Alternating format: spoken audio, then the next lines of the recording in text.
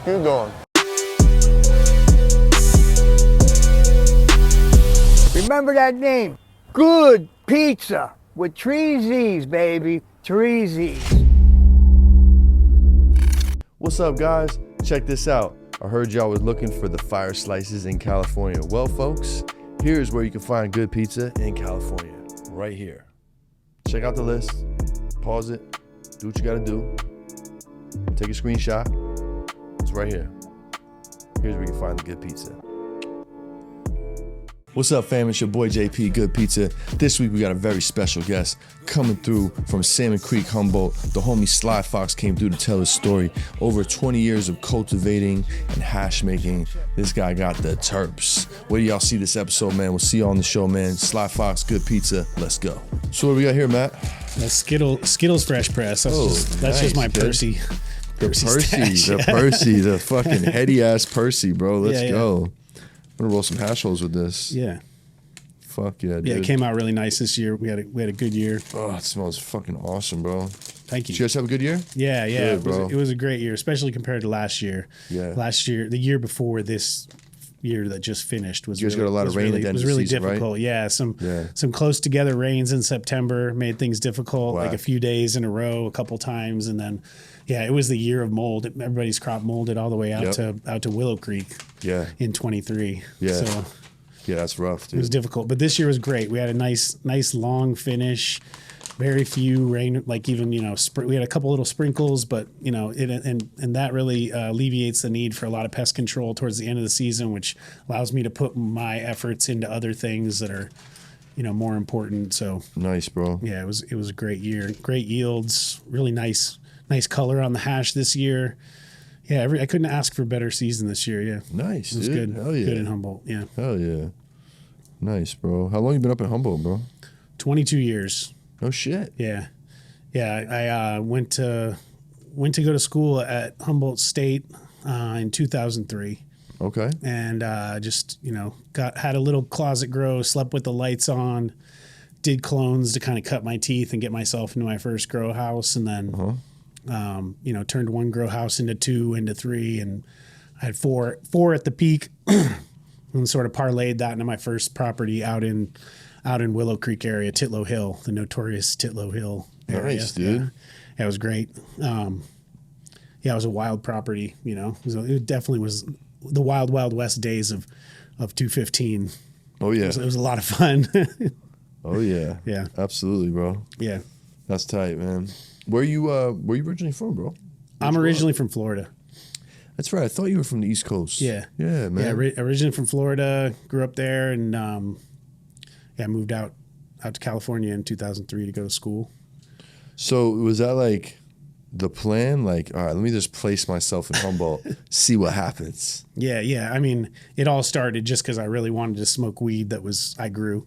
Okay. And growing up in Florida, we kind of thought that weed was grown by wizards, up in the mountains or something, and it was kind of true, but not really, There's some wizards up there. Yeah, it was all very mystical. We got eighths of Crippy, and we smoked one little tiny flake of it, and we, super high, and got caught by our parents and all that sort of stuff. It was, and then just growing up, trying to get it, sourcing it, supplying. It was so difficult, and I just really wanted to be in a place where I could just grow my own herb. That's really where all of it was born from. Was just trying to have good weed to smoke. No doubt. Yeah. It's funny you say sourcing, because like when I think sourcing, I think like I'm sourcing pounds for a client, or I'm sourcing material for my brand, and but back then we were sourcing for fucking personal. Sourcing sounds like a mission. Yeah. You know what I'm saying? Like, man, we got to find the shit. You know what I'm saying? Yeah. And that's what the fuck we did, bro. Yeah. Find some dude who knew some dude that knew another dude. Yeah, we weren't like, in somebody's DMs fucking saying 2-word fucking requests or like talking like a mouth breather. You know what I'm saying? Like, you had to come correct. You had to know somebody. You had to check out. Like, God, the game was so much more fun back then, man. Yeah. It wasn't as easy or convenient, but it was fun in hindsight. Mm-hmm. You know what I'm saying? Where in Florida are you from? North Central, Gainesville Central area, yeah. Gainesville. How far is that from like Orlando, Tampa? Like where does that sit? It's like a couple hours, like an hour and a half north of Orlando. Okay. And about 2.5 hours north. Okay, cool. East of Tampa. Cool. So what was the come up like, dude? What was the childhood like? What type of shit you into? Like sports? Like what was like high school for you? Yeah, you know, sports and shit. I got in trouble for weed early on and got sent to boarding school in Maine for getting in trouble. So Oh shit, dude. that's where I spent high school. It was cool. It was, you know, Really? sporting events, like you said, Okay. and you know, just kind of being self sufficient. You know, Yeah. being independent at a young age. You know, it was all right. You know, all my friends that went to boarding school told me that same thing. They did become very self-sufficient at a young age. Like it kind of sucks you're away from your friends. Yeah, Who wants to be away from their friends at that age? yeah, Did you come home in the summertime and shit? yeah. Nice. Breaks in summertime, but Breaks you in know, summertime, all nice. your friends are at school really then at that point. So Yeah. it's kinda, Yeah. That's cool. it was chill. That's cool. How'd you like Maine, bro? Maine was all right. I was in coastal Maine, so you know, Oh, coastal Maine. No shit. yeah, Okay. yeah, and I wasn't smoking back then. That was a time period, one of the small time periods in my life when Okay. I didn't have anywhere to smoke. You know, when I was in Gainesville, we could get weed, but up in Maine, there wasn't a good supply of cannabis products and shit. So There was good weed and still is good weed up there. Yeah. It was like I said before, back in the day, it was fucking impossible to find, especially in a place Yeah. like Maine where there's a lot less people in these concentrated areas. yeah. You know, I feel you. Yeah, I'm impressed by the scene now, especially for the hash making scene. I think is really cool. Nice. I noticed there's a lot more single source hash makers, people that are actually growing their material there. You know, here Yep. I think there's a lot more people who are buying their material. Yep. So I think that's neat as a single source, you know, operation myself. You know, I hold a lot of pride in that. Are you all single source? Oh yeah, Hell yeah. yeah. I grow everything I wash personally Nice. in my yard. You know, Beautiful. yeah, it's great. You know, I think it's important to have your hands on with the plant throughout, you know, the process instead of just sort of like picking up at the end and taking the glory, which is a lot of what happens, you know. And you're making reference to just going out buying fresh frozen. Yeah, I mean, there's a washing lot it. of merit in doing that. It's a great Sure. business model, but I prefer to have my hands on with my material. But you know, the bad side of it is if you do have a bad year like 2023, you gotta own that for the year. Yeah. So Yeah, man. What do you do? Because you're not doing depths or mixed light. You're just doing one full term I stopped season every doing year. Depths 2 years ago because I don't really think the mid season material comes out very good. I think it's too hot. Okay. Like, you know, when you're harvesting in July or the early August, it's just too hot to be harvesting fresh frozen outdoors. Yeah. And not have it deteriorate, you know. And even if you just take small bins at a time, it you know, it starts to wilt when it's 100 degrees out. And then I just think also the finishing temperatures aren't right. It doesn't get cold enough at night. There's not enough of a diurnal shift, and you just end up with kind of darker looking, less resinous, less terpene content too. Sure. I think you end up with.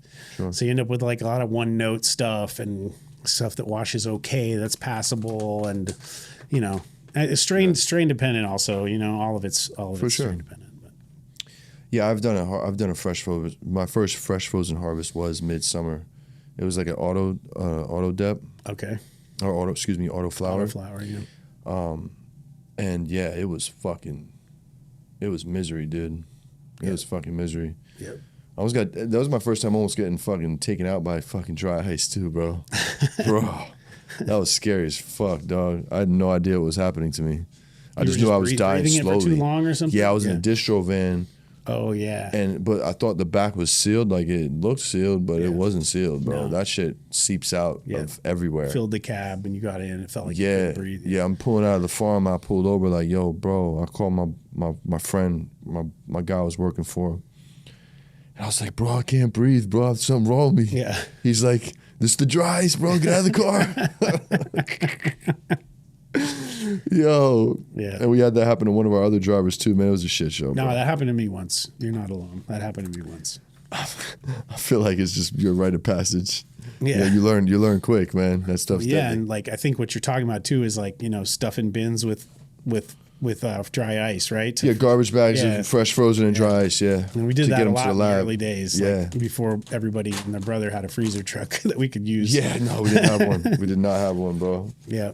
It was challenging, man. It was very challenging, but Yeah. I learned a lot. And I have a deep respect for, the process and what you guys do, man. You know, hell yeah, you don't know until you know.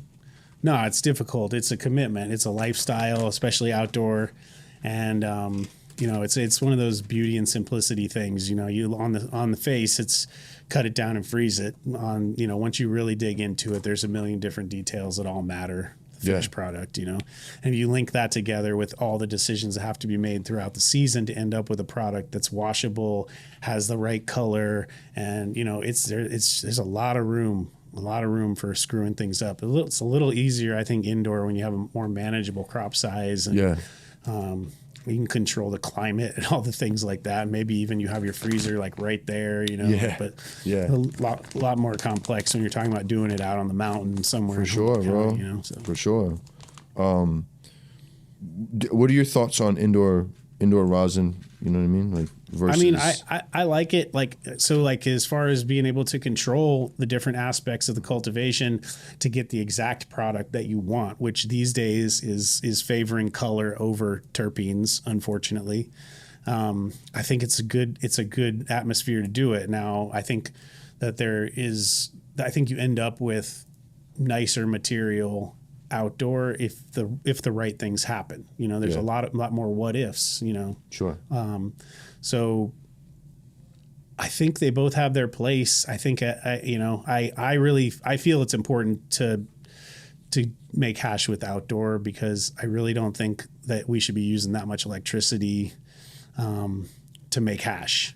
I think it's one thing when it's flower. I think we kind of owe it to the environment and the climate to grow outdoor where we can, No doubt. But yeah, I think that plants that go through some changing adverse conditions, I think that they come out. You get higher concentrations and more varied terpene profiles. Sure. When you grow it outdoor, if you grow it right. Yeah. But like I was saying, 2023 comes around and you lose half your crop or whatever it is, and so indoor seems a whole lot more attractive. Yeah, for sure. In those cases, I think they both have a place. I think the market really likes indoor. I think it's like a provenance thing or something. Like they think it means better, when I don't necessarily think it always does. And it's just it goes hand in hand with the color aspect, I think. So you're making reference to flower or hash when you're saying people want to indoor? Oh, I'm talking about hash. Hash, okay. Yeah. Because maybe it's just because like I have a lot of hash homies, hash maker friends, and the conversation is always outdoor. Yeah, you just know the people that know.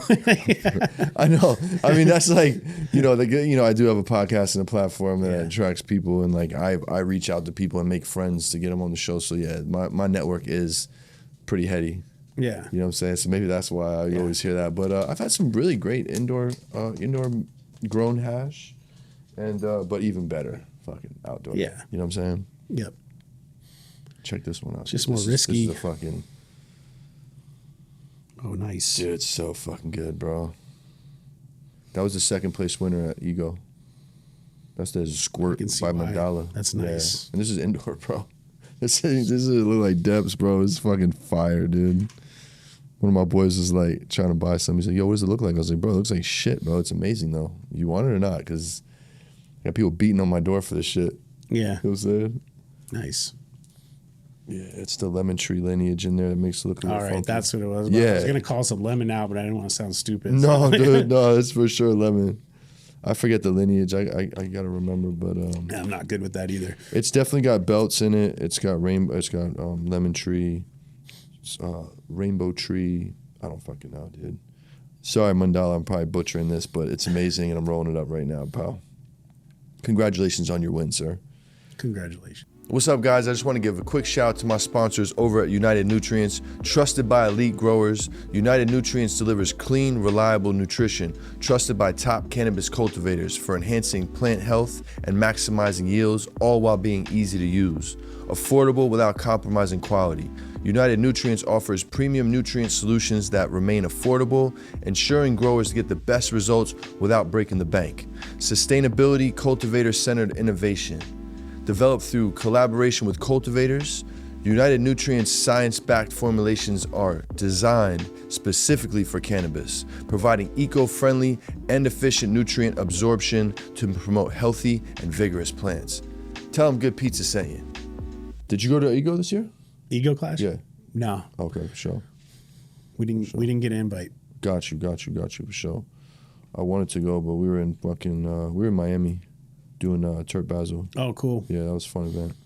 Yeah, I didn't make it out this year, but it sounded like it was good. Yeah, it's good, man. It's good. Do you do a lot of events? Do you do a lot of traveling and shit? Like, what's your when I can, you know. When you can, yeah. During the outdoor season, it's difficult, and then for sure, you know, like once the outdoor season ends, I'm in the lab constantly until I can get, you know, I've got freezer space rental that I got to, you know, get material out of, and you know, so it's kind of nonstop. So we try to do some events when we can, but I think we built things up well enough in the last couple years that we can kind of like ease off of it and really just focus all of our energy in creating really excellent products for people. Nice, dude. So, you know, I like doing the events, though. I like to interface with the consumers and see what they like and, you know, dislike and all that sort of stuff. But yeah, we're going to do the Hashmore thing this month. Nice. With Addison Terpova there, and that's a $10 event. It's going to be a good time coming up this month. That's in SoCal, right? Yeah. Yeah. I wanted to go. Actually, Terpova or Addison invited me down, but I can't swing it that weekend, man. I wish I could, bro. That sounds like a cool-ass event. There's some dope-ass hash makers there. Yeah, he puts on great events. Yeah, hell yeah. He's actually coming on show soon. Oh, cool. Yeah, man. Yeah, I remember him following him on Instagram for years, man. I never really knew what he did, and then I kind of like started tuning in. I was like, oh, okay. Yeah. All right, he's in the hash world. Let's go. Yep. Running it. Hell yeah, man. So I think it would be kind of cool to, you know, since we were talking about like how hash is made, like I don't want you to give up any of your proprietary SOPs, but like maybe for the people that don't know, walk people through like how does this final product get here? How does this final product get here? I think that would be pretty cool. Well, 95% of it's in the cultivation. Okay. There is, I mean, people might have little tricks, but there's really no smoke. There's not much smoke and mirrors here. Like we're talking about very basic processes. You know, making water hash out of fresh frozen material at the right temperatures, and then freeze drying that loose resin, and then pressing it into fresh press, which is what we have here. Yep. And then further, you know, to finish the process, because I don't feel the process is completely finished here. We batter it, cold cure it. It takes, you know, a couple weeks at low temperatures, and it's stirred up into that nice whipped consistency and packaged into these jars. Nice. So the cold cure process takes that long, a couple weeks, huh? Yeah, I mean, people rush it along, but if you let it do its own thing, then at lower temperatures, like not necessarily in a freezer or a fridge, like, you know, cool room temperature can work, you know, if you want to, you know. I didn't know that. Yeah. Cool room temperature or in a fridge, you know. Nice. And is that have anything to do with strain specific as far as like how some things batter faster, yeah. Okay, gotcha. Yeah. Things that tend to be less stable at room temperature tend to batter a little faster than things that are completely stable at room temperature, where, you know, like what I'm talking about is like hash at room temperature, either it melts or it doesn't. Yeah. So unstable would kind of mean that it melts. It's strain dependent, somewhat cultivation dependent. Okay. I don't have a lot of answers on that one. I just know from my experience that it's really strain dependent. No doubt. Like this Skittles like tends to be a huge pain in the ass. Yeah, I'm already sticks to everything. Yeah, I was already when I was playing. I was like, it's not gonna be easy asshole. It's folks. difficult. Yeah, I can crack you want to crack the Skittles here? That's the batter. You got some cold? Yeah, let's do some cold cure. Yeah, that'll be easier to roll. Yeah. But Crack a freshie. but yeah, that's I think that's Oh wow, that smells amazing, bro. thanks. Hell yeah. Came out really good this year. Jesus. We nailed the color as well. Yeah, you did. That's, yeah. How you doing? Yeah. That's nice, bro. Yeah, I've been thinking about what I'm rolling this with the whole time I was breaking up. I'm like, we're gonna roll this with some sweet gabagool. All right. You know what I'm saying? What's the gabagool? The gabagool is animal mints or Skittles times Skittles times Animal Cooks BX2. Okay. AK draft pussy, you know what I'm saying? I'm not jacking. But I did. You know what I'm saying? It sounds better with my brand, you know what I mean? Yeah. No, I like it. Yeah, and it's a great strain. It's a great strain. It's doing really well. Doing really well on the menu. Shout out to everybody that's been fucking with the gabagool. We've been getting some great batches. Yes, sir. So we kind of touched on the beginning of the story. You went to boarding school in Maine. After high school, what happens, bro? Like, is that when you're like, you know what, I'm gonna go to fucking Humboldt and I'm gonna chill with the wizards and learn how to grow? No, I went to Africa for a little bit. Oh, let's talk about that, dude. Yeah, That's I went cool. to Africa for a semester. Okay. And yeah, that was cool, man. It was like a leadership trip throughout Kenya, a few different sections. Yeah, How was that experience? It was awesome. Yeah? It was awesome. Like growing up American and fairly privileged. It was a good trip for me to go see what the world was like outside of the sheltered confines of suburban America. Yeah. Yeah, it was great. I came back from that trip and I went to a little school in upstate New York called Paul Smith's for a couple of years. Okay. Just Shout kinda, out upstate. Yeah, it was awesome. Kind of fucked around. Just did some like recreation stuff, ice climbing and kayaking, and Oh, you're an outdoorsman. did some raft guiding. Okay. Yeah, I mean, I like yeah. it. And so I Hell yeah. did that for a couple of years, and then I just kind of had this itch to move out to Humboldt, and like we were talking about before, I had a good excuse with school and just kind of opened the door to grow my own herb. That's kind of You're not the first one that did that move. yeah. Go to Humboldt go to school, and then you turn into a fucking whatever, fill in the blank. I mean, what comes to mind is my boy from Terp Mansion, my boy Luke. Oh, cool. Same thing with him, dude. He was going to go to either San Diego to go to school or Humboldt, and something made him decide to go to Humboldt, and look what that turned into. Yeah. Yeah. Wow. Good stuff. Yeah. Good stuff, man. A whole lot of depths. Yep. A whole lot of beautiful mixed light, and It's just kinda- the operation they have is so cool, man. Yeah, it's an awesome operation. Yeah. Very efficient. Yeah. And him and the homie Cody from Exotic Flavors, killing it, man. It's killing it at Humboldt. Nice. I'm glad somebody's, continuing to do well Yeah, for sure. out there. It For sure. seems like we're having another wave of people getting out of the game. Yeah, definitely, bro. Yeah. Definitely. It's rough, man. So you get up there, you blow out a couple houses. So you started indoor growing. Yeah. Okay. Yep. And this was like what, late 2000s? 2003. Oh, this is early 2000s. Okay, so you were getting tickets. Yeah. Yeah. Yeah, I was in it early yeah. enough to see some high numbers in Yeah, the 48s. What? The 48s. Yeah, that was for the 48 days, for that, bro. For that OG, I don't really know. Like, we weren't super fancy back then, so I don't know what the lineage was, but it was the one everybody wanted. Yeah, there you go. It was hard to grow. It was hard to get it big, but if you knew how to, you just couldn't keep it on the shelf. Like, Yep. it was sold before it hit the ground at 46 to 48, and those were some fun days. Yeah, bro. Yeah. Absolutely. What made you go outside? Or how long did you keep the indoor thing rocking?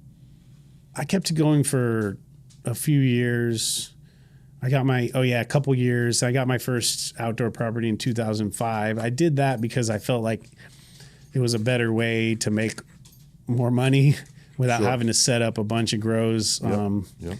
And I also liked the lifestyle of throwing down for 6 to 7 months and then having the rest of the year off. Yeah, hell That yeah. was, kind of like homesteading with a crop that makes a lot of cheese. Yep. So, it was really fun to be able to travel the world throughout that time of the year and when I wasn't on, and then come back refreshed and just go all out, like working on an oil rig or something, like I've work hard always- for a period of time and then have a bunch of time off. You know, it was really, really awesome. So I think that's what kind of attracted me towards outdoor. And I was going to school for environmental science at that point. I was feeling kind of radical about climate change and using fossil fuels. And I really did feel like growing outdoor made a lot more sense. Okay. Yeah.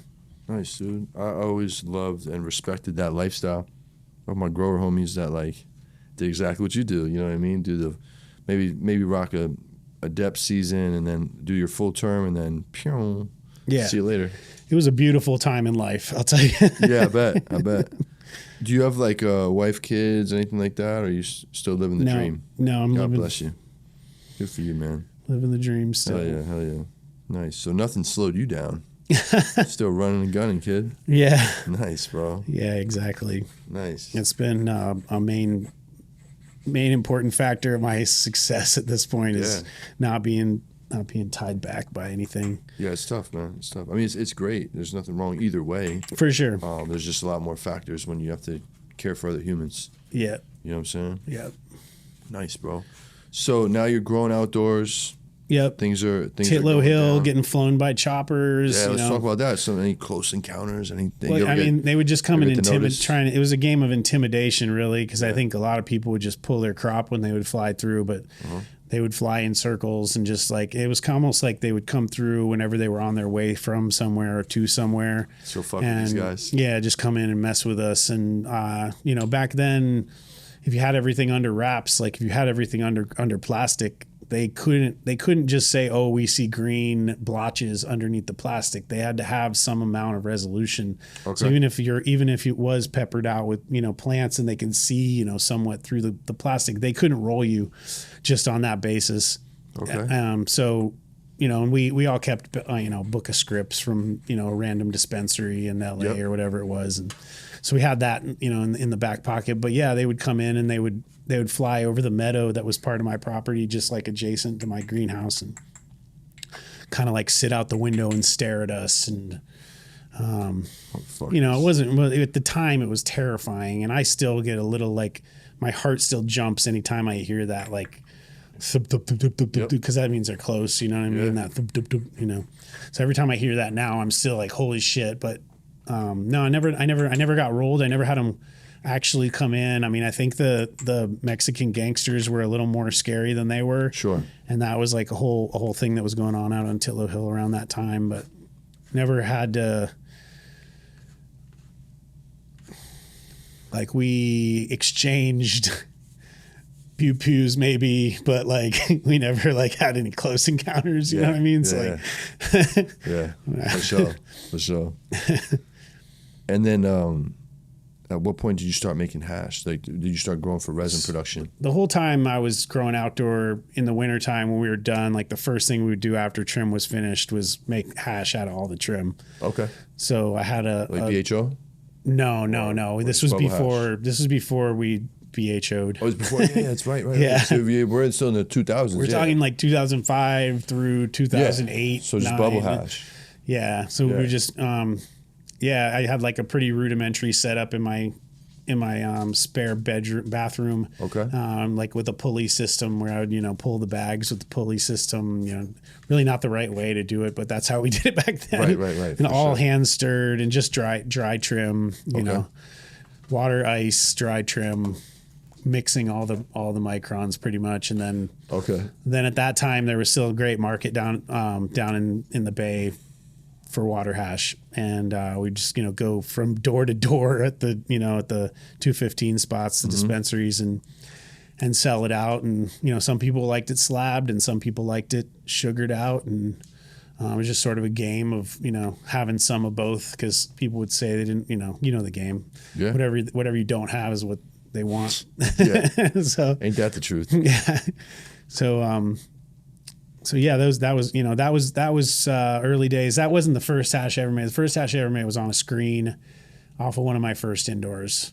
Okay. And like, you know, we just like, you know, ran, you know, I had the one Keef screen. I remember making this one little block of like white, purple Nepal hash. And I was just like, this is the greatest thing ever that I've ever made, like little and of course there's lots of material and it wasn't the greatest hash ever, but it felt at the time, it felt like it was the greatest hash. So yeah, we did that every year on the outdoor.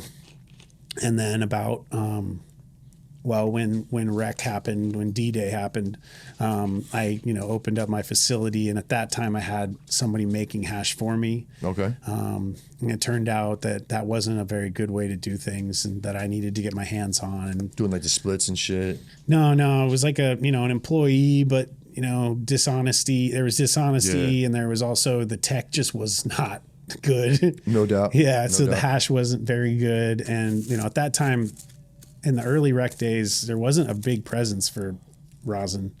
So a lot of the dispensaries that you would go to, I was packaging, under my own name and all this sort of stuff, and go to dispensaries. They wouldn't even know what it was. And they're trying to get like a little higher price for it. And they're just like, no, that's ridiculous. I got all this BHO for this price, bro.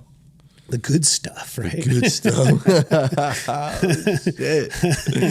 That's funny, bro. What's up, guys? Just want to take a quick second to shout out my sponsors over at Kayakor. Clean cocoa trusted by top cultivators. Kayakor premium grade clean cocoa core is trusted by and respected by cannabis cultivators for optimal plant health and performance. It's all about the terps and quality first before yields, which is driven through clean 100% core, which provides smooth stratification throughout the media. Sustainable and eco-friendly. Sourced from eco-friendly coconut fiber produced in our 100% sustainable operation in India. Kaya provides an environmentally conscious solution without compromising cultivation quality. Kaya washes the cocoa multiple times to ensure a clean starting base with less salinity from other cocoa manufacturers. The plastic pot is 100% biodegradable for a sustainable solution. Tailored for cannabis growth, Kaya Core products are developed from direct feedback and collaboration with top cultivators, offering superior water retention, root aeration, and nutrient absorption for healthier, more vigorous plants.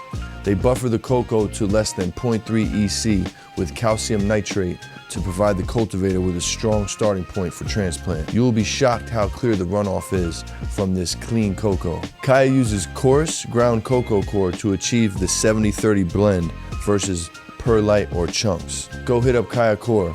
Tell them Good Pizza sent you. Yeah. So I just decided that I needed to get my hands dirty and figure out the tech. And that's when I started doing this live rosin thing.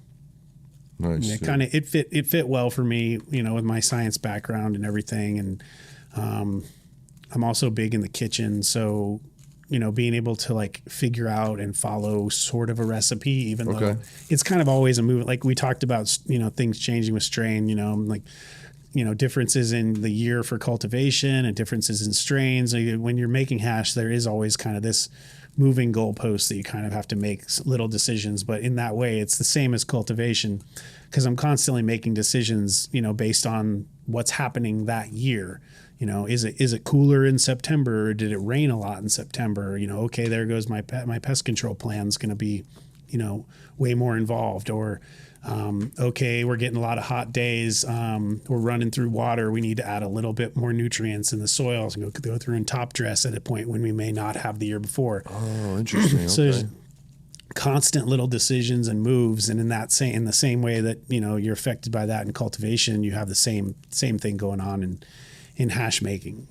It's just like not as long of a process. Like no doubt. Right. Like 6 to 7 months worth of small decisions that all have to line up.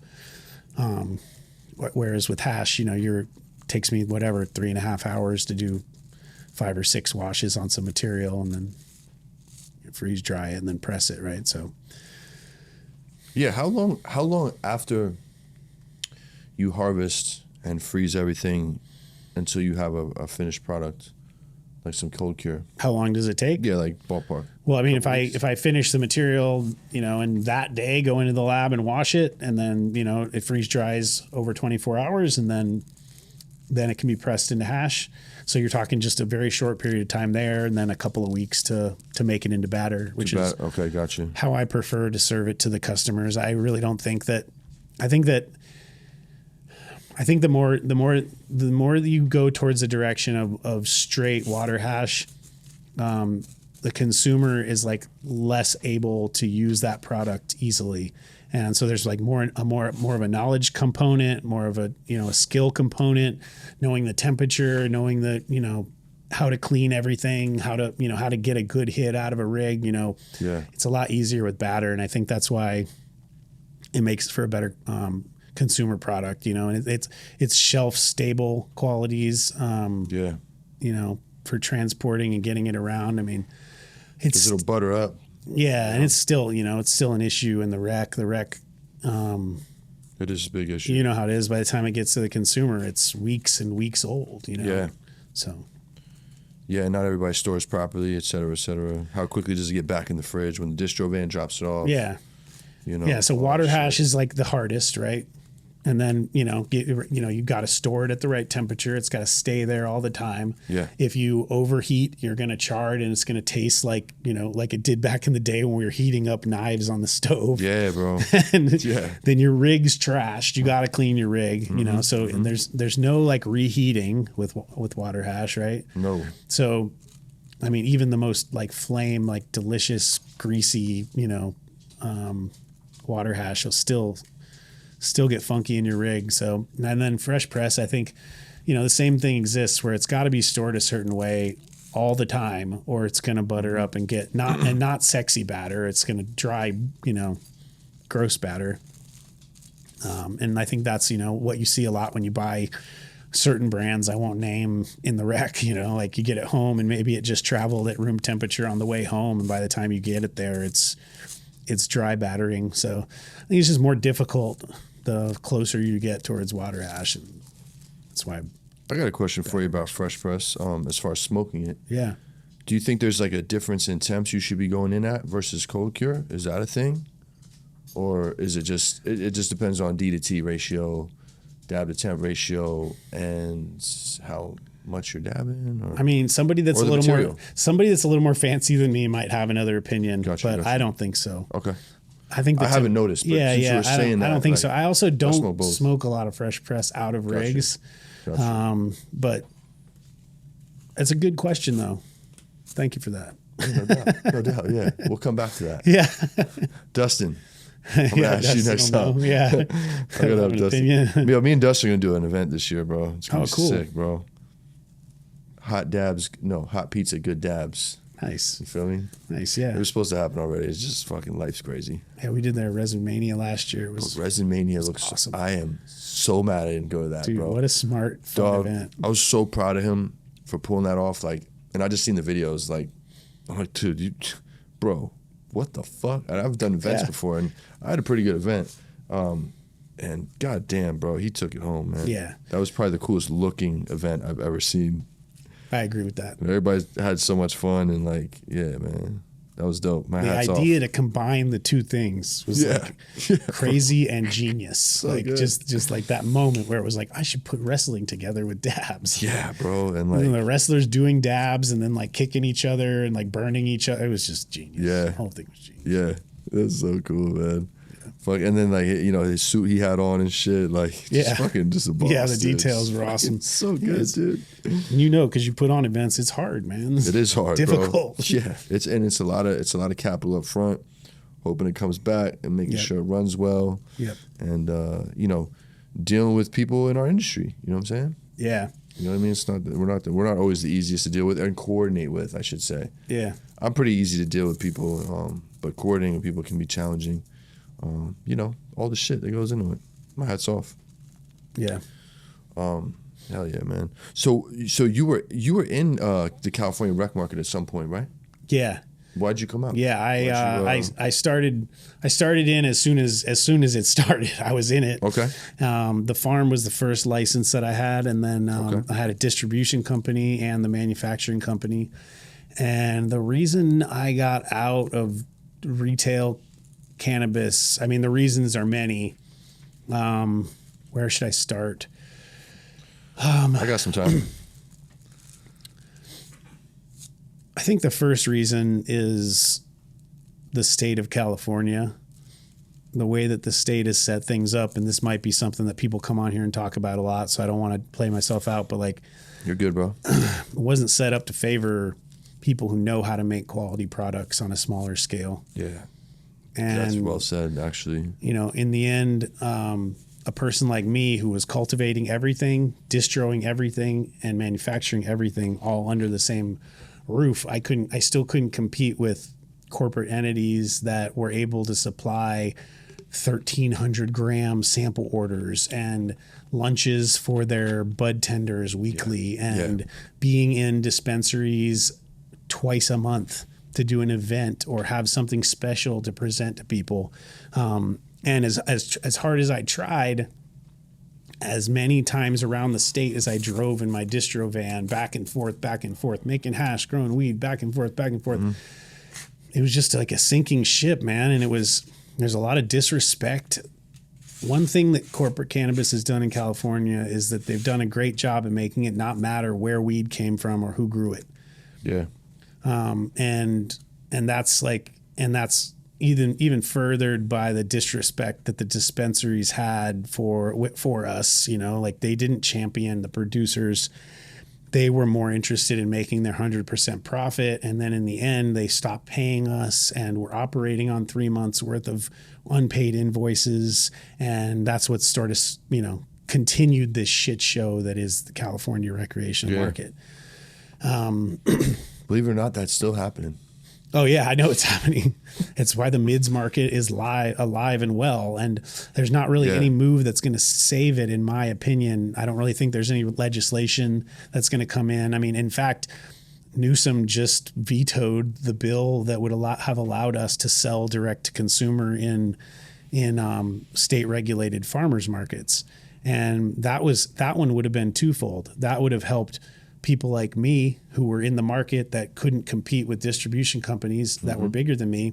And it would have helped the state because even though I love them, there is a wide range of illegal or traditional events that happen every month where consumers go and stock up on their products because they're fresher, they're cheaper, and they're buying them from the face of the person that maybe even made them in a lot of cases. Like, you know, in the case of, you know, if you see me at something, you know, you're buying it from somebody who did all the work. Yep.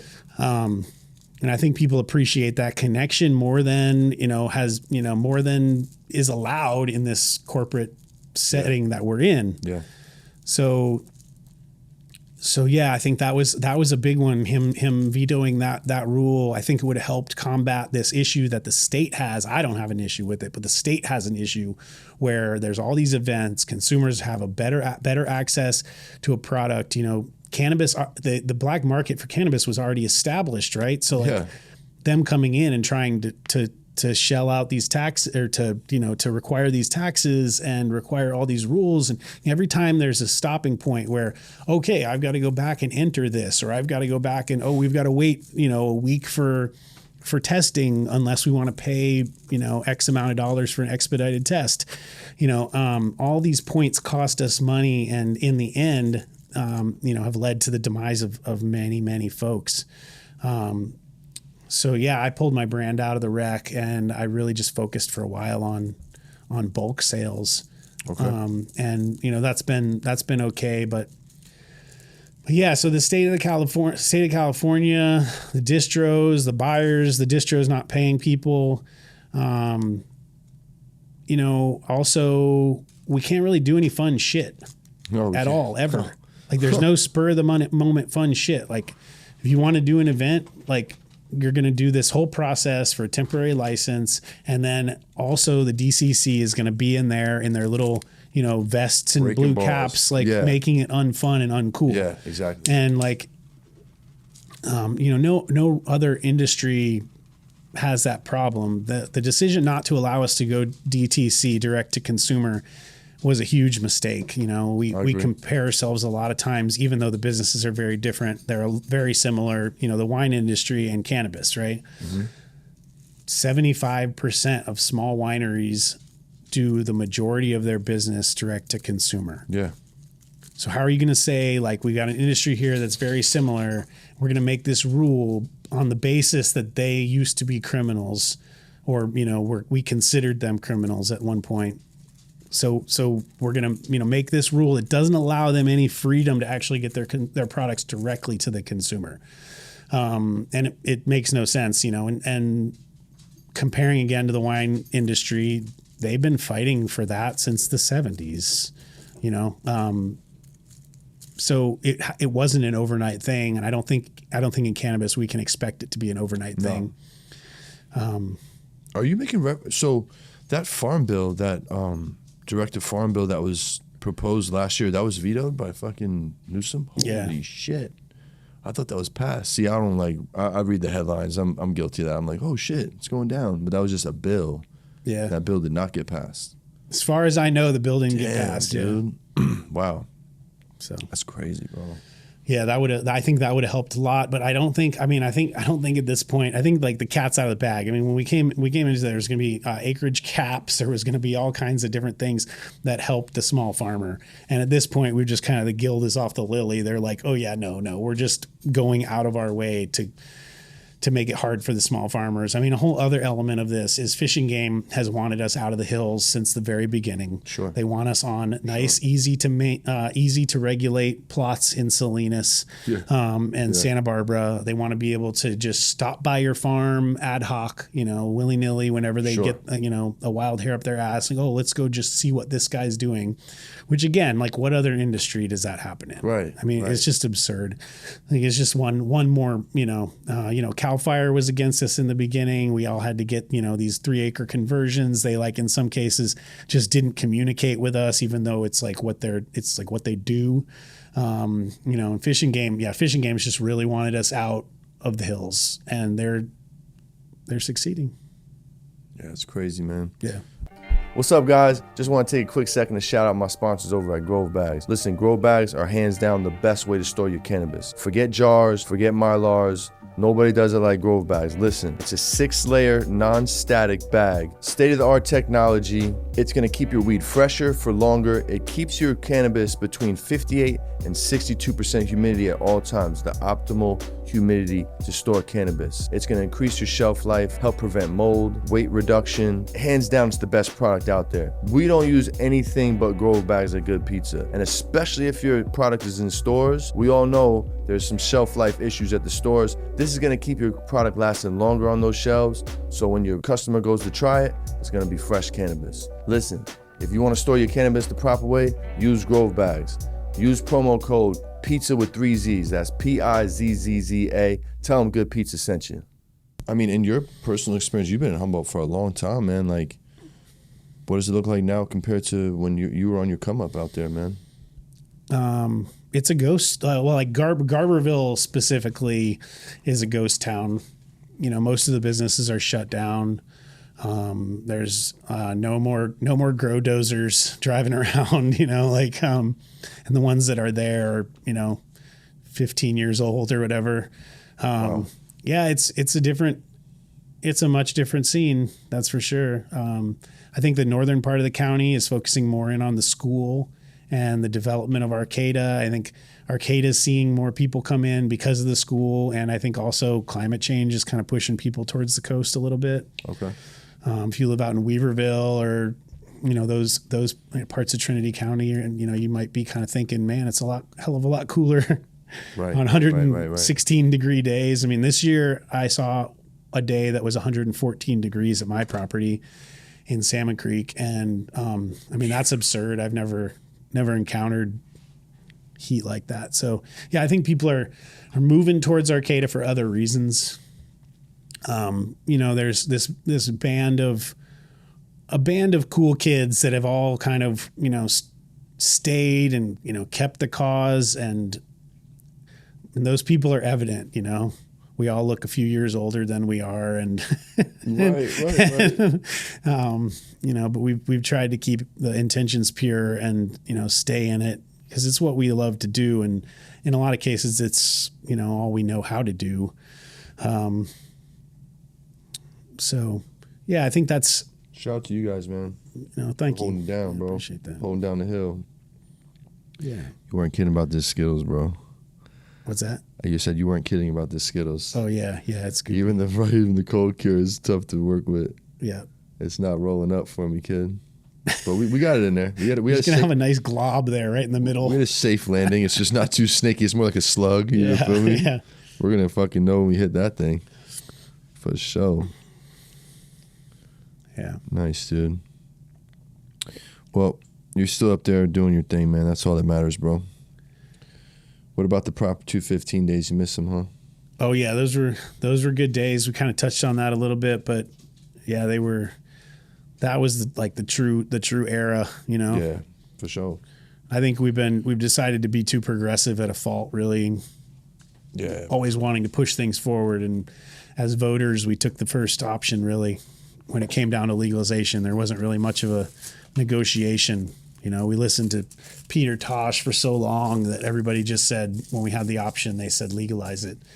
When I think in reality, no one should. I didn't vote for it, you know. But it was at its best point. I think maybe the consumer is a little, you know, the consumer's better off and not. You know, the quality's lower, but the testing requirements are valid. That's a plus. You know what I mean? I think that caused a shift in the traditional market as well. So I think that part of it was good.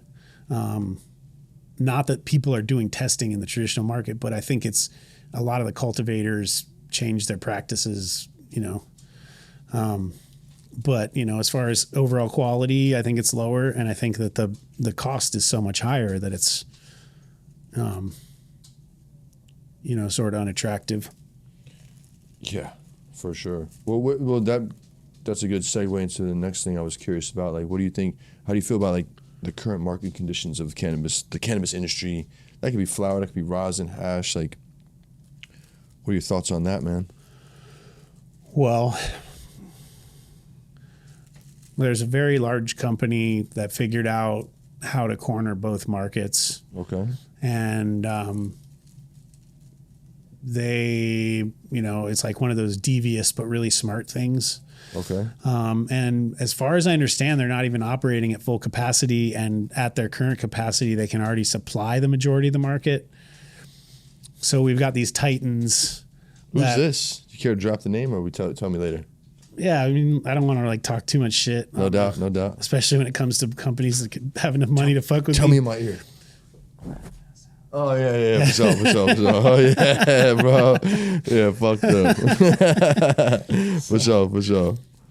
So they've been able to, as far as I understand, they've been able to corner them both markets. Yeah, they have actually. And I'm not the only one saying I this. think Like, that's I'm not like telling on anybody here, but like, No, that's a fact. That's you a know, fact. so That if you know, you know. by doing that, you know, this devious, smart thing that they've done, you know, they've figured out a way to actually cause some stabilization, but the stabilization is not where we want the stabilization. No, dude. So, you know, the Art of War Sun Tzu thing where he's like, if you stand by the river long enough, you'll see the bodies of your enemies float by. That's just what that's what they're doing. Yeah. You know what I mean? They're not even operating at full capacity. So somebody bigger, I don't know who would be bigger, that would come in and set up. Like, okay, we're going to operate at double your, whatever they do, you know, like all they have to do is ramp up their production. Suddenly we're at what, $50 a pound, you know? So, as far as like flower, like rec market and traditional, I think it's in a pretty bad place. It is. And I think more and more people should just fire up their home grow. Yeah. Would probably be the smartest move, you know, if you're a flower smoker. I think hash, there's still some interesting folks like deep in the traditional, you know, market. There's still a lot of like interesting hash makers that like in a lot of cases are growing their own material and pheno hunting things and, you know, really putting in the legwork to get an end product that's like different and interesting than everybody else's. But they're mostly like really like what you would, if you compare it to the rec, they're like really micro producers. Oh, hell yeah. But so I think there's hope in that. I really thought for a long time that rosin would be like the final battlefield where we'd all kind of hold off and be like, no, this is the product. Cause like, where else are we going from here? You know, we're really doubling down into carts is what I think I'm kind of seeing. Sure. But like I don't feel like there's like a next product that we're suddenly like we kind of moved through these things, right? Like what's the next product? And like people don't want to use an inhaler to consume cannabis, you know, like they want the full experience. I think rosin does that. I think the place that we all kind of fucked up was trying to aim for such a high end product and price point, because, you know, just look at business in the world. That's really just not how you make money. Right.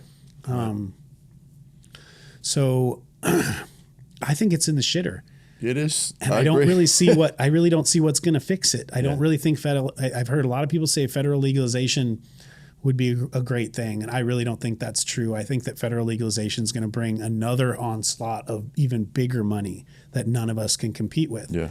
And I don't think laws that are not going to be in our favor. Not in our favor. And also the thing that people need to realize is it doesn't mean federal legalization does not mean interstate commerce. Yeah. Like it does not mean, and not necessarily. Back to the wine industry, there's an organization called Free the Grapes who's been working since the 70s, maybe even earlier, on this exact thing. And we're talking about an organization that's highly funded and you know, and professional. Like we don't really have that in cannabis unless there might be some organization out there that I'm not aware of. So please don't lambaste me, but I don't believe we have that in cannabis. And, you know, so the way it works in wine is each state is allowed to dictate its own laws, and they have their own licensing processes. Mm-hmm. So if you're a winery in California, you have to have these different licenses to send to those states to do business in those states. And so if that's the case, if that's going to be the case with cannabis, it's still going to be as difficult as it is. I mean, it's just, we're not going to flip a switch and be able to suddenly send rosin to kids in their dorm rooms in Ohio, you know, via Amazon. Yeah. Not happening. Not at least not like, and so then really you just kind of defer back to what's already happening in the traditional market, which is they're just sending it to kids in their dorm rooms in Ohio. Sure. So it's working just fine. Yeah. Unless you get that notification. Yeah. Right. I heard from a friend. I've never seen that before. Yeah, bro. Yeah, your package isn't coming back notification. Yeah. Yeah, it's the red one. Yeah. In the red letters. The notification I've heard of that one. Yeah, allegedly that's no good. Yeah. Fuck. Yeah, so that's, I mean, I do think, and I know this is like super far fetched, but if like we and I do know that fentanyl is coming down. You know, at least in the last year, there's less fentanyl coming into the country than there had been. And I think when you look at substances as a whole and you don't separate them as ultra illicit, or, you know, you put them all together, you put alcohol, tobacco, cannabis, other illicit drugs all in the same category. If we reduce those, I think that could potentially help the cannabis market some, you know. But, you know, I don't know what the change would be. The state gives amnesty licenses to all the trappers, free licenses, do away with the DCC enforcement group or portion of the DCC that does enforcement. Yeah. And we give licenses to people to operate, and we stop this whole thing where, you know, but that would be the opposite of what they've just decided to do now, which is give a clear runway for the corporate entities to fully take over. Yeah. You know, they would just be the opposite, complete opposite. You know, I don't really know what the state's making off of licenses these days, but there's less and less of them. I know that most of the farmers have shut down in Humboldt County. Right. So where's all the money coming from? You know, I don't know how valuable it is. I mean, there's got to be with the taxes in place, even if they just reduced the taxes, did away with the licensing fee process, and got rid of the DCC, maybe even in its entirety, you know, metric, everything. It's just all weighing us down and keeping us from being able to like actually become something amazing. Yeah. If we were able to put all that money into products, the consumer would be happier. The market would be the market would be thriving. It's just not. That's my rant. I fucking love it, dude. I'd fucking vote for you, bud. For real. Nah, that was a great answer, bro. That was a great answer. And I feel the same about a lot of things you said, bro. Yeah, man. How did the name Sly Fox come about? Are you like foxes? It's a good question. Yeah. So there's a female fox on my property that for like I've been at that property for 12 years, and like in the last 5 years I've noticed this female comes to the property every year to have her little troop of, what do they call fox babies? Pups. Okay. Yeah, to have her fox pups. Okay. She's knocking out kids every year? Yeah, every year. Is that what they do? Like 4 or 5 of them. Yeah, shit, at least. man. Yeah. And she used to make her like little den up underneath my processing building. And then the neighbor dogs started coming around and scaring her away. And Yeah. so that's where the idea came from. There's just, I mean, my property, I don't currently have any dogs. They just all got old and passed away. And No doubt. my life got to the point where I was just too busy to get through the puppy phase, like without having the dog just be like this wildling. Yeah. Yeah. So there's a lot of wildlife on my property, but the foxes really do dominate. And, Really? you know, in Northern California, we have rats and shit like out, they just live out in the wild, you know what I Yeah. mean? So like they feast on So they're fucking the rats rats up. and rabbits. Yeah. They do a good shit. job, man. Nice. But yeah, I call her Ma, and, she comes every year. That's cool, man. And yeah, she's pretty cool. Yeah. Nice. So that's and my good friend, colleague, Uplifted Photo, Ryan from Uplifted Photo, who does all our media stuff and social media. His wife came up with the idea Sly Fox? with that in mind. Yeah. Tight. Yeah. She was like, how about Sly Fox? We were like, that's a great idea. That's Nice. perfect. Yeah. Nice. So You know, out of all the animals in the animal kingdom, when I see them running wild, I always was interested in foxes. How do you say fox plural? Foxes? Fox? Foxes? I don't know. Foxes. No. Somebody put that in the comments. Yeah. Let us know. They're just cool fucking animals. They're like, you know, they don't really fuck with humans, like in a bad way. You know, they're fucking slick. They're sly. You know They're what I'm sly. saying? They're sly. Exactly. You Exactly. know what I'm saying? And they're cool looking. It's the whole ethos really of the cat, brand. not really a It's dog. cool looking and sly as Yeah, fuck. You know? Like, yeah, bro. Yeah. And like to like make it in this game, there has to be an element of being a sly fox. You know what I'm saying? You gotta be smooth. You gotta know what you're doing. You know what Yeah. I'm saying? Yeah. We're up against a lot of shit. I mean, you fucking laid it out. We're up against a lot of shit, man. Yeah. So kids, if you're thinking about starting a cannabis company, you should probably watch this episode first. Don't. Shit is real. Just don't. Just grow in your closet and make Just really buy it great off products. us, bro. We Yeah. got you. I got the flour, you got the rosin. What do you need, bro? Yeah, hell yeah. That's cool, man. What kind of advice would you give somebody like that does what you do? Somebody maybe just getting started in the game outside of don't. Record traditional, both or what? Let's go traditional, bro. Traditional? Fuck rec, bro. Rec sucks. Well, traditional, man, just like pheno hunt, grow your own material, have your hands in every aspect of your process. Don't take shortcuts. Your product is only worth what somebody's willing to pay for it. So be willing to take a little less sometimes just to make the sale happen in spite of your ego. And, leave the ego at the door too. That we can, that's a good one. For the trap, get a good crew around you that'll move your products, but don't depend on one person that can pull the rug out from underneath you at any point. Don't front. COD everything, because you can't trust anybody. Even the people you can trust them. I always say people are good until they're not. That's a good And one. that's, and there's a famous chef who's on Chef's Table, Francis Malleman. Mm-hmm. He like talks about how he rolls around with this group of dudes, and they're mostly like younger men, like on their way to becoming something. He's like, the young man, like there becomes a point where it's time for them to just go on and do their own thing, and recognizing that point where you need to part ways with people for the sake of your own vision. That's an important thing to know. If you can identify that moment when you need to step away from people before it becomes a thing. Yeah. It's cannabis, man. Like there's a lot of mental illness that's masked by the need to smoke herb every day. And so you'll encounter these people and they'll make their way into your scene and they'll become super valuable. And then they'll do things like tell you that they made you. Right. Right. Right. Like, cause you sold my hash, right? Like, For sure. yeah. No. took 20 years. Like, Yeah, right. You forgot about that part. yeah, Yeah, forgot about that 90-hour work weeks. And Yeah. like, you know, Yeah. like, No, I feel you, bro. you know, like, so yeah, I would say, you know, those are my best bits of advice. Stay on what's new and what's trending. Don't let your ego dictate what you make and produce. Really just try to point it right at what people want. Yeah. And even though a lot of times they're wrong, like especially with the color thing, it doesn't matter, you know? So yeah, I think that's my advice. As far as rec, I would say don't.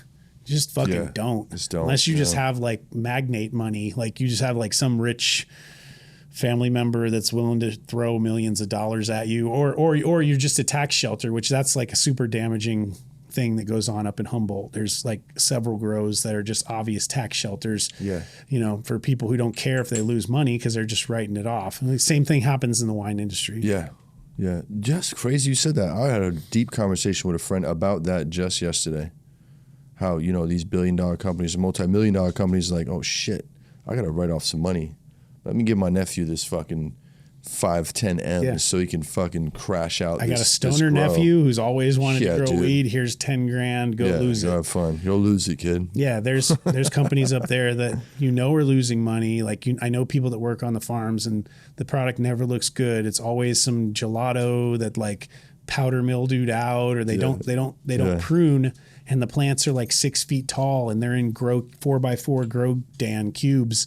And you're just like, it's like packed in there, this like super tall canopy, powder mildewed, and like somehow they stay open. They're like opening new dispensaries, and like, it's just mind blowing. Yeah. It's just an obvious game. It's an obvious tax game.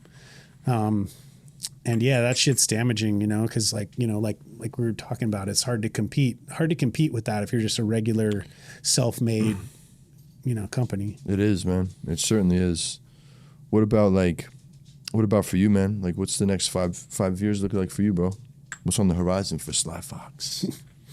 Just more of the same, man. Cool. And that's cool if that's the answer, man. Yeah. Keep going. More of the same. You know, I have a few other things I do in life, you know, outside of cannabis. I want to focus on. What you got going? What you got cooking, kid? You know, I do some amateur race running. I run like half marathons and stuff. Okay. I'm actually training for one right now in March in Napa. Hell yeah. A little half marathon. Good. I've been out of it for a minute. I want to focus a little more on that. I used to do some triathlons and stuff like that. Oh, no shit, Yeah. man. Yeah. Get busy, bro. That was like part of the time, you know, back like pre D-Day, pre-legalization, you know, when I had time and money to do the things I wanted to do. Yep. With more frequency. Yeah, those 4,800 packs, bro. Matt was eating good, but boy. Hell yeah. Yeah. That's cool. But yeah, so yeah, I'd like to focus a little more on that stuff, you know, but just continuing to build the brand, stay living in Southern Humboldt, you know, keep the farm intact. Those are like hard enough goals right now. You know what I'm saying? Yeah. Yeah. So, stay strong, brother. Yeah. Hold your flag, brother. Yeah. You know? Yeah. You know, you got it. You know what to do. This ain't your first rodeo. No. 20 plus years in the game, kid. You know? No, I've had to become so many different things. I'm not scared of whatever I have to become next. You know, I went from being a fucking complete outlaw to having to be a businessman. Yep. You know, I didn't go to school for business. Oh shit! What'd you go to school for? Environmental science. That's right. Yeah. So, so you know, when it came down to, I mean, I did all my own licensing, all my own. The only things I had consultants for were for the biological assessments and things like that. Okay. But as far as all of the state licensing and the county permitting, which the county permitting is probably one of the hardest things I've ever had to do in my life. There was just constant papers, constant added on different biological assessments, $3,000 here, $5,000 here. You know, oh, this regulation's changing. That was the biggest problem in the beginning. Nothing was sure. You know, nothing was a sure shot. And since I was doing all my own paperwork, I was always on the forefront. You know, my license is actually the ninth license issued in the state for the farm, and it's 00004 is my license. Oh damn! So like so I was there in the very beginning making all this happen. Like they didn't even have the processes in place for the surety bonds early on. You know, the $5,000 surety bond they require you to have in case they have to destroy cannabis products on your property. It's like the most ridiculous requirement ever. But, you know, it's a standard in a lot of industries. But, you know, one more thing to kind of weigh us down in the early days, they like made us pay it in full. So you had to pay the $5,000 surety bond instead of, it's sort of like an insurance plan, you know, like where you would pay like $300, $500 for it. But, you know, all that stuff was new, you know, the changing regulations. In the beginning, my manufacturing company was going to be an ice cream company. And I put a lot of time and effort into developing different flavors and trying to figure out cold chain distribution. And all of a sudden, they changed the regulations to where we couldn't use any eggs. And no, it was basically no non-shelf stable ingredients. You know, custards were named. So we're all of a sudden. So then I was like, okay, let's try and make a vegan product, and that's just an incredibly difficult process in itself. So, you know, that's really where the shift to like, okay, what else are we going to make here? And then, you know, rosin kind of came up. I think I've strayed from the question, but no, you're good. Where were we at? You're good. No, you're good. You're good. All good, man. I forgot what I even asked you, man. But those were good answers. Thanks. And on that note, we're going to take a quick break. Mm-hmm. What's up, fam? Just want to take a second to shout out my sponsors over at Buck Mountain Cannabis Delivery. Single source flower, rosin, hash holes, and pre-rolls. All produced in the Sierra foothills of Nevada County. Always fresh depths and light assist direct from the farm. Their product is never more than 6 months old from harvest. Grown with passion and obsession to produce the best sun-grown cannabis possible. And if it's from Buck Mountain, you know it's smoking. Serving Grass Valley and Sacramento. Go check out the menu at buckmountaincannabis.com. Tell them Good Pizza sent you. So, are there any cannabis myths you can debunk, or what do you call them bullshit on out there that you see in the cannabis industry right now?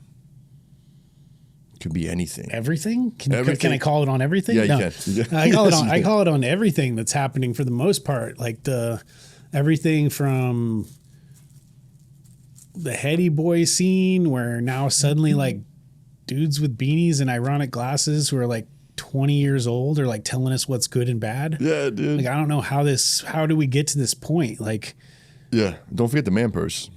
Don't forget the man purse. Yeah, exactly. Come on, dog. Like, and like, oh fuck. For me, it's just weird because like these dudes were like hanging out in their mom's basement when I was ducking choppers. You feel me? And like somehow it's like, oh, well, I'm the guy that tells everybody what's good or not. So like that's one thing that's bullshit about the industry. Another thing that's bullshit is this color problem that we have, where people really are obsessed over the color of hash.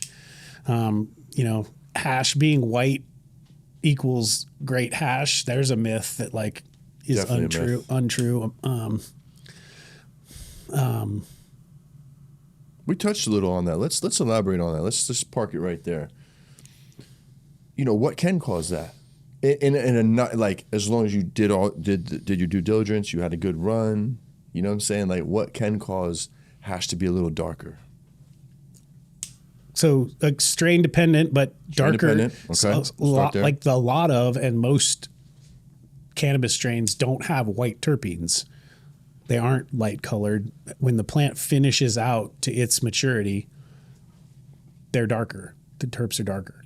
And with outdoor, it has a little bit to do with that variation in temperature. Okay. You know, whereas indoor, you can control all those things. Sure. And that definitely has a lot to do with it. But harvest window is for the most part what allows you to make white hash. We spoke on that a little bit, pulling it early. Yeah, pulling it 2 weeks. Pulling it 2 weeks to 10 days to 2 weeks early helps a lot with that. And then, yeah, you got to keep your. I don't want to stray away from the question, but that you got to keep your eye on that whole thing. You know, the nug scope out. You know, once you've established the baseline for how much amber is acceptable, then you kind of figure out. But that's, you know, all in the course of just going with what what the situation is, where people want white hash, so we make them the white hash. Which that was one of my bits of advice for the new traditional market hash maker, was make people what they want. So kind of caught in between this area. But no, as far as the best papaya that I've ever grown, that I got second place at Emerald Cup with 2 years ago, it finished out in the end of October, beginning of November, somewhere in that range. Mm-hmm.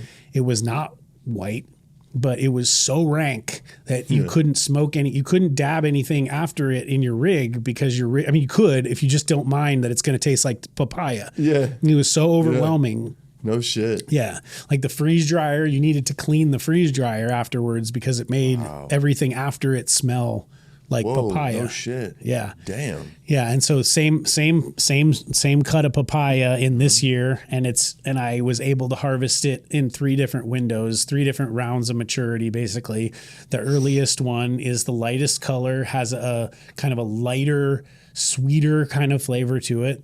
The middle one is sort of in between the two, and then the one that went the longest, it has a little darker color, and it's just rank.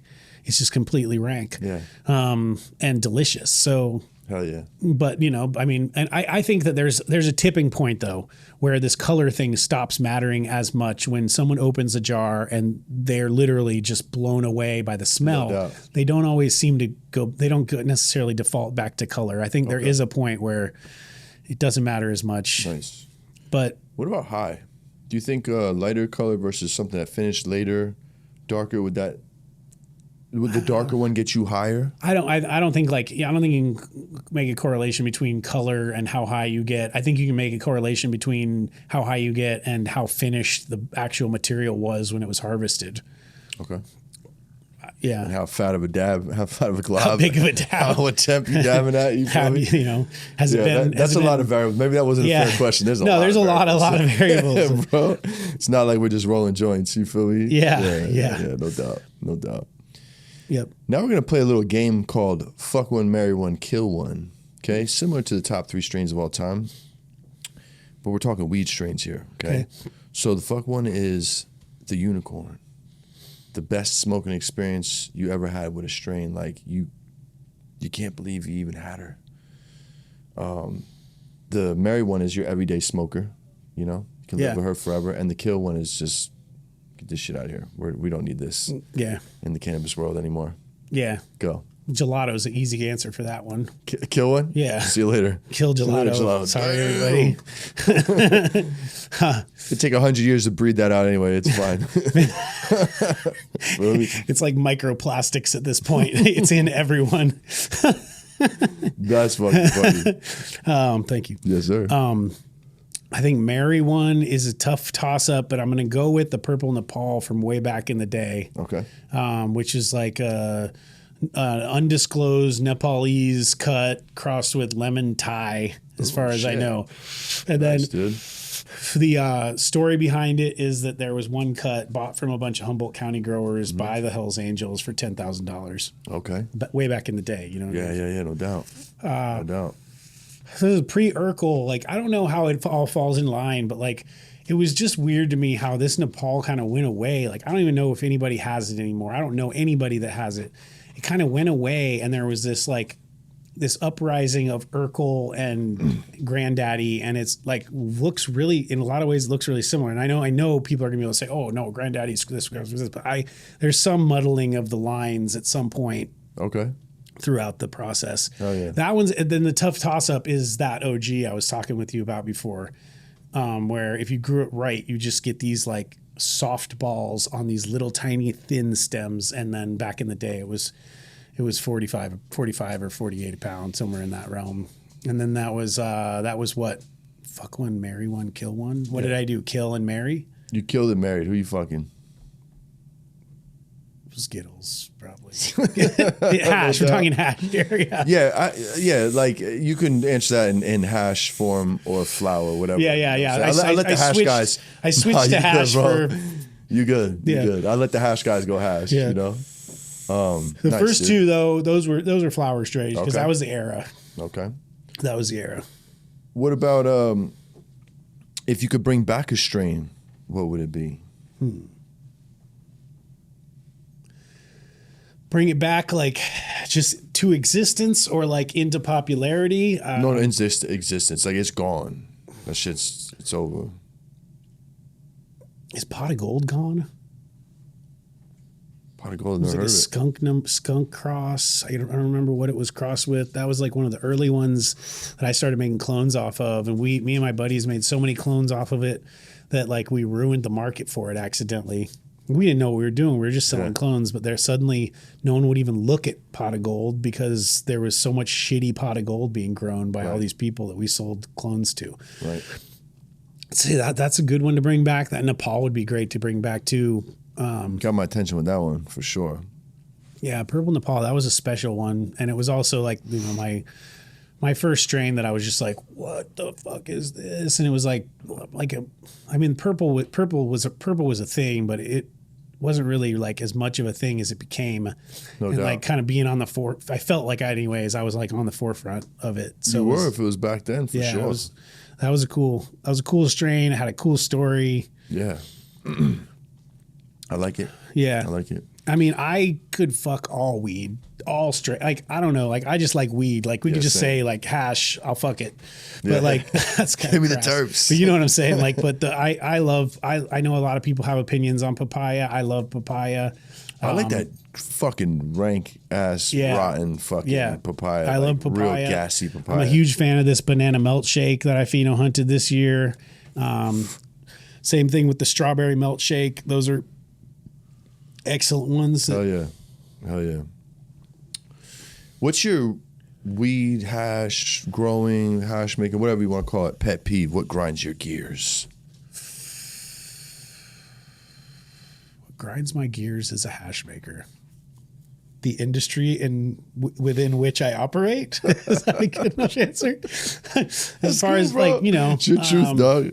shitty material, egos, you know, like trap partners that have no respect,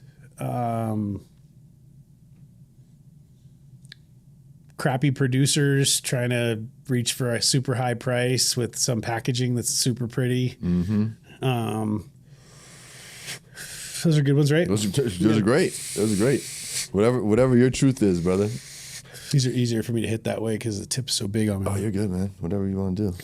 I was like, that's pretty old school. I haven't seen that one in a while. Yeah, it's just because You know what those I'm saying? tips are so like I don't know. No doubt. It's not So good at these, it. so these you gotta smoke it like a cigar. Like you actually gotta pull it like a cigarette. Like a double pull is like your best bet with these. Don't do the like you hit Yeah, the joint. yeah. You know what I'm saying, and do the little hit on the side. You can still do the hit on the side, like an OG. You know Should what I'm saying? always do that. Feel me? You know who you fucking when you see that. You're like, oh, okay, player. Yeah. Watching my mouth around you, dog. Yeah, when wasting was not an option. Right. Like, Hold get them that, hits. get that wisp. Yeah, yeah, You know what I'm saying? yeah. Favorite place to smoke or dab? At home or in my vehicle when it's not moving. Favorite tunes to smoke to while you're doing that? What you Tunes, bumping? That's a wide range because I like You got a literally good listen range? to I listen to everything, man. No Like, doubt.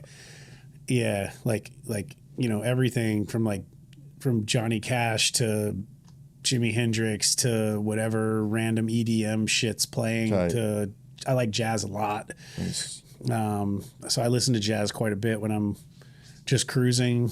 Yeah, That's good cruise music. Quick, like music's a pretty vast. I'm the same one way. for I'm me, the same way. I got a pretty good range. I mean, obviously, I like hip hop from my era a lot. Wu-Tang? Fuck yeah, I was waiting for that. yeah. Wu Tang, Jay-Z. If you into Joe Rogan, listen to the Raekwon Joe Rogan episode he just dropped. He just interviewed Raekwon. Phenomenal episode. And Check it out. Yo, Joe, I always know Joe Rogan was a hip hop head, but yo, Joe Rogan was like having the most interactive conversation with Raekwon ever. Like it was so normal. He wasn't like His knowledge was deep. his knowledge was deep, Yeah, bro. He was yeah. putting Raekwon on a song like Coogee rap songs that Ray never heard. Like Uh-huh. he's like, "Yo, what the fuck?" Joe? He said numerous times, "Damn, Joe, you putting me on." It was a fucking good cool. conversation, man. That's Yeah, cool. that's the GOAT, man. Joe, we love you, bro. Love to come on your show sometime if you're watching. If you're watching, Yeah. hell yeah. Okay, cool. So now we're gonna take it a step further. What is your favorite stoner food? My favorite stoner food. Man, is it something with marshmallows or something? I like that fish food ice cream. I'm not a big fish fan, but I like that fucking fish food ice cream that's got like chunks of, and it's got like a shitload of caramel and marshmallow Ben Jerry's, in it. bro. I don't really eat it very much, but that's pretty dank. I mean, I cook a lot at my house. I mean, it doesn't sound that exciting, but I like to eat fruit.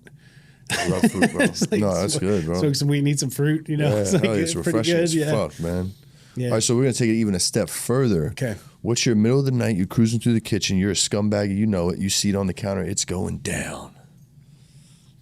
Like some kind of chocolate muffin or something. Chocolate muffins, Going down okay, like a okay. chocolate muffin. No doubt. No doubt. I like it. I like it. So you're an older fellow like me. What is your definition of success, and has that definition changed over the years? Yeah, it's changed. Hit me. It's changed from being completely driven by financial success to one that's more like about a meaningful process. And, you know, that sort of happened without my control. Like I didn't really have control over the way the industry turned, you know what I'm saying? So but finding some peace in that and just like knowing what's important to me, which is like living rurally, cultivating an agricultural product for a specific manufacturing purpose. I know that kind of sounds like a bare bones way of saying it, but that really is, if you broke it down, that really is what I do enjoy about what I do, because I get to be a part of the seasons, and then I get to take what I spent 6 to 7 months producing, growing, and then turn it into something, you know, kind of this final little gold mining process, you know, sift through and see what we got, you know? Yeah. So I think that's what it really is like being able to maintain and acquire happiness. That's real, because obviously none of that other shit matters. I mean, it only matters to like, you know, whoever you're trying to impress, I guess, like, you know, with it.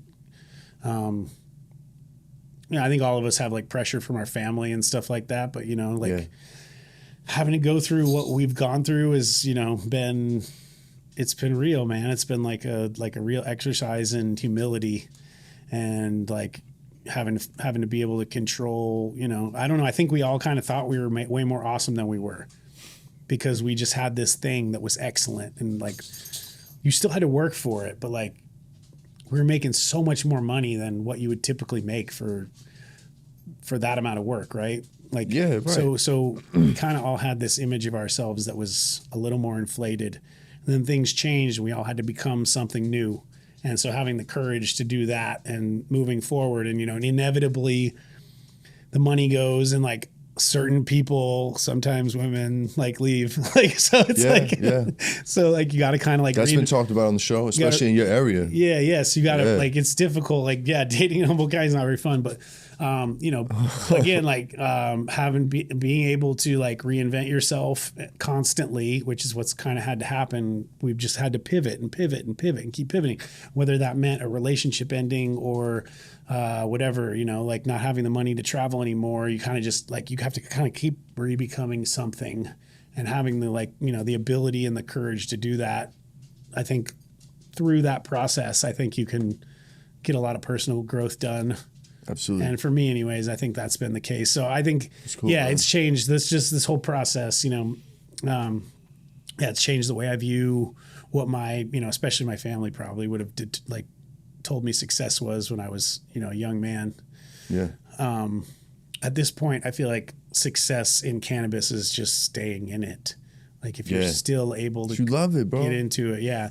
And I mean, it's like, you know, and like obviously the measurement's a little different if like you've got XYZ company paying you $10 million to waste each year, you know what I mean? Like, you know, like just having the money and being able to operate, I guess doesn't really make it. I guess there has to be some like purpose, some purpose or a passion component to it that kind of like what we have. Yeah. You know? Yeah. So it sounds like it went from money driven to more like purpose driven for you. Purpose driven, yeah. I mean, because that's all we have left, right? That's right. You know, like, you realize that when you get a little older and you touch some money. Yeah. And then maybe the money wasn't there, or whatever the fuck. But as when you touch the money, whatever that means to you, Yeah. that's when you're like, damn, bro, I still got all the same fucking problems. Yeah. I could just fix my problems a little quicker. Yeah. You know, but like all the like the family, emotional, fill in the blank shit that money can't fix. Yeah. You realize, damn, bro, I'm the, you know, and I never went like too far off in the deep end. Like I got money now, I started being a dickhead because I'm not that guy. But you know, your ego is a tricky thing. Yeah. It's a tricky fucking thing. Yeah. And you see a lot of people suffer from their bad ego and ruin their image or whatever the fuck, relationships, whatever, fill in the blank. I mean, if it's too inflated, makes going through that process completely impossible because you can't accept anything less than what you had. And I've watched, you know, let it define you. I have friends that, you know, one guy, RIP, you know, like you just couldn't figure it out, you know, and it was drugs and alcohol until there was like a terrible accident. And it was sort of like, I wouldn't say like recreational cannabis caused this, but like, you know, he went down that path. He chose to go down that path, and he's no longer with us. So, damn, sorry to hear that, man. So we've seen it. We've seen it happen. No doubt. Life is precious, brother. For real. Speaking of life, if you could smoke with two people, one that's dead, one that's alive, who would they be? Yeah, Gandhi and Kurt Cobain. Ooh, solid. Give me some. Like that one. Oh, my fault. You're good. Yeah, man. God, I need Kurt Cobain. Wow. I love it. I'm a big Nirvana fan. Oh, wait, but they're both dead. Shit. Oh, shit. You're right. So give me somebody alive. dead. I'm going to let you rock with those two because those are good. All right, cool. No. I need somebody alive. Oh, you need somebody alive. I'm going to let you right. keep the two dead. Keep the two dead. Somebody alive. Fuck, man. Who's interesting to me that's alive? I guess I could pick a lot of people that are dead. Because all the legends are dead, bro. Yeah, I would just go with someone like Dr. Dre. Solid, Somebody that would just be like an interesting cooking up some beats while you smoking. It'd be a good conversation. Yeah. Like I've been listening to his music since I was a young man, so I think that would be. I'll plug you real quick, bro. Listen to the last Drink Champs. You know Drink Champs? No, I don't think so. Shout out to one of my other mentors, Nori from CNN, Component Noriega. Yeah. You know them? Yeah. So he's got his own podcast, him and DJ Cool. EFN, and it's one of the greatest podcasts out there. They just interviewed Snoop and Dre, and I don't think Dre has ever been interviewed like that. I think it was like his first podcast. You never see him, right? No, you don't. And Yeah. it was dope to hear like his mind and where he's at with Yeah. shit, and like him and Snoop's relationship and how they're still super solid. You talk about somebody who's been through a lot in his life, losing his son bro. and everything, you know, like. Yeah, bro. Losing a brother and a son. Yeah. Crazy, Yeah. bro. Yeah. Crazy. Yeah, all the while kind of maintaining this presence. And I think after his son passed, I think that he like kind of chilled for a little while there. Like you didn't really see him for a good amount of time, which understandable completely. But he's maintained this presence, you know, whether it's beats or whatever, you know, he's like. Yeah, for sure. Amazing. Yeah, for sure. Now I want you to shout out your favorite plug from back in the day, bro. Who took care of you? You called, they were there. Favorite plug They from lace back you in the up. day. Man, I used to know this guy named Chicken in New York City. Shout out to Chicken, man. Shout out to Chicken. Fuck yeah. He was fucking awesome. Love it. He was getting that chicken. We you were feel kids, me? and he would bring the weed to whatever, like, you know, little brownstone enclave we were chilling in. Fucking yeah. Fire. Shout out to Chicken was a legend. You wouldn't happen to still be in touch with Chicken, would you? Nah, man. Yeah, I didn't think so. No, for that one didn't sound like 25 years. Okay, gotcha. Well, National Plug Day is June 16th, man. Maybe just take a fat glob for him and just, you know, send one up there for Chicken. Well, but maybe not up there. Just I don't know where he's at. He might be up there. Yeah, right? You know, you never know. Guy named Chicken from Brooklyn. Life expectancy. Fuck, dog. I'm just going playing my odds. The hood odds. Yeah, bets are. It's a bet. If you're up there, kid, God bless. If you're still here, we hope you're well. Yeah, you know. we hope you're still Shout out to fucking Chicken, working. man. Hopefully he sees this one day on some random shit. Man, it's possible. It's possible. That'd be crazy. Yeah. Yeah, man. Yo, this has been fun, bro. But before we dip out of here, man, if you could go to the young you, back to the young you, the day before you hopped off the porch and got in the game, what would you tell you? Don't worry about it. Don't worry about anything, because it's all going to end up the way it's supposed to end up. Yeah. Don't worry about fucking I love anything. Not a chick, not your work, not your nothing. Yeah. You know, maybe worry about your parents' health.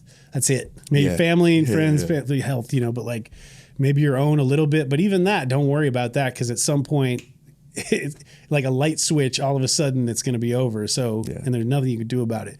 But yeah, not to worry, not to stress about are you going to have enough? Are you going to make it far enough? Are you going to be in what you want to be in? And is that going to be valuable to anybody else? You know, none of that. Yeah. None of that matters. And, you know, especially in relationships and stuff, I'd be like, just don't even worry. Just chill. Yeah. Nice. Sound advice, my friend. Sound advice. I love that. Before we dip, man, is there anything you want to plug? Anything you want to tell people where you can be found at? Let them know right here, bro. Yeah, so you can find us at the Sly_Fox on Instagram.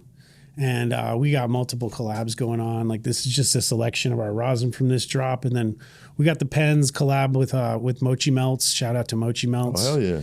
And then we've also got collabs going with Astrolux. Shout out to Astrolux. And Number 9 Gummies and Cozy Cubes. Hell and those are our Starfire, the donuts. You know, so we're rocking with the donuts. We have a bunch of fun collabs going, a bunch of great rosin coming. We had a great season this year, so I'm just going to keep dropping fire, and hopefully you guys just keep dabbing it up. You know, shout out to those folks. Shout out to Turpova, and shout out to Uplifted 31 on Instagram. That's my boy. Does all of our media, and great colleague, great friend. Say shout out Gelato Sticks and Peak Prints, Round Rock Exotics. Those are all our boys. Keep an eye out for a new traditional presence that'll be, you know, have access to things. And that's it. Solid. That's it. Thanks, man. Thanks for coming through and sharing your story, bro. Thank you, bro. It's good. It's Appreciate good getting having to know you, man. Absolutely. Absolutely. You already know, good pizza, Sly Fox. If you're on YouTube, make sure you like and subscribe. Leave us some comments. Let us know what you loved about the episode. Let us know what you hated about the episode. We're just happy you watched it. All my Patreons, thank you so much for all your support, man. We really count on y'all, and thank you for all my sponsors, man. We'll see y'all soon, man. Peace, love, good pizza. We up out of here.